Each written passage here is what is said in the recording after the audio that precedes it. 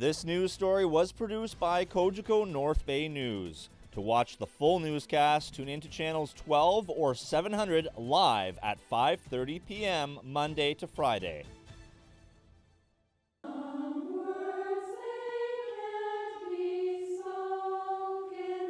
There will be 200 singing sisters from across the country as part of the opening ceremonies, and Rosanna Matheson says it will be a once-in-a-lifetime experience.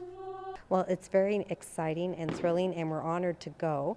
And we found out from our sister choir in Ottawa, who's been working really hard to get all the choirs from the military wives choirs from across Canada, from as far west as BC and as far east as Nova Scotia, to join together. So all 200 singing sisters will be together for the opening ceremonies of Invictus. That's thrilling. It's an honor.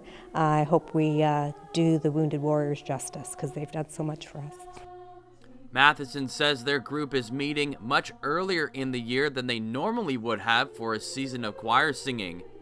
And we've been practicing our songs by parts, and we normally don't resume practice till September, but because of Invictus Game, we resumed a little bit earlier so that we could be ready to perform at top level. The games were created by Prince Harry, a veteran of the British Army himself, who wanted to shine a spotlight on the servicemen and women from 17 nations across the globe. The athletes are those men and women who have put their lives on the line and have suffered life-changing injuries. Pam Lennox, whose husband is a retired veteran, says getting to sing at the opening ceremonies is just a small token of appreciation for everything those men and women have done.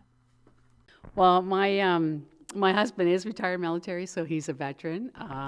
He's not competing, but he has been going through what they go through when they have injuries and things like that after coming back from tour, and just the military lifestyle period, right? He ended up with a back injury, so he's not in anymore. But what it does for me is these guys, they come back, ladies and men, right? They come back and they're either in pain or they're injured or they're ill. There's quite a few of them like that, or they don't come back at all. So to have these games for them, it's kind of like a real big tribute to them. They went out there and did this for our country. So that's a huge thing. And to me, when we go down to these Invictus Games, that's just going to be an honor to sing to them.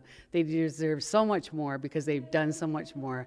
I mean, this is only going to be like a small gift compared to what they really deserve to have. Matheson says they have been fundraising for the last several months so they can afford to take everyone down to Toronto for the games.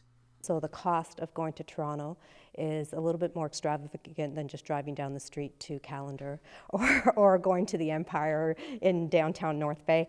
So we've been fundraising our heinies off. We've been selling bake sales up the wazoo. And she says they will continue to take donations from anyone willing to help out.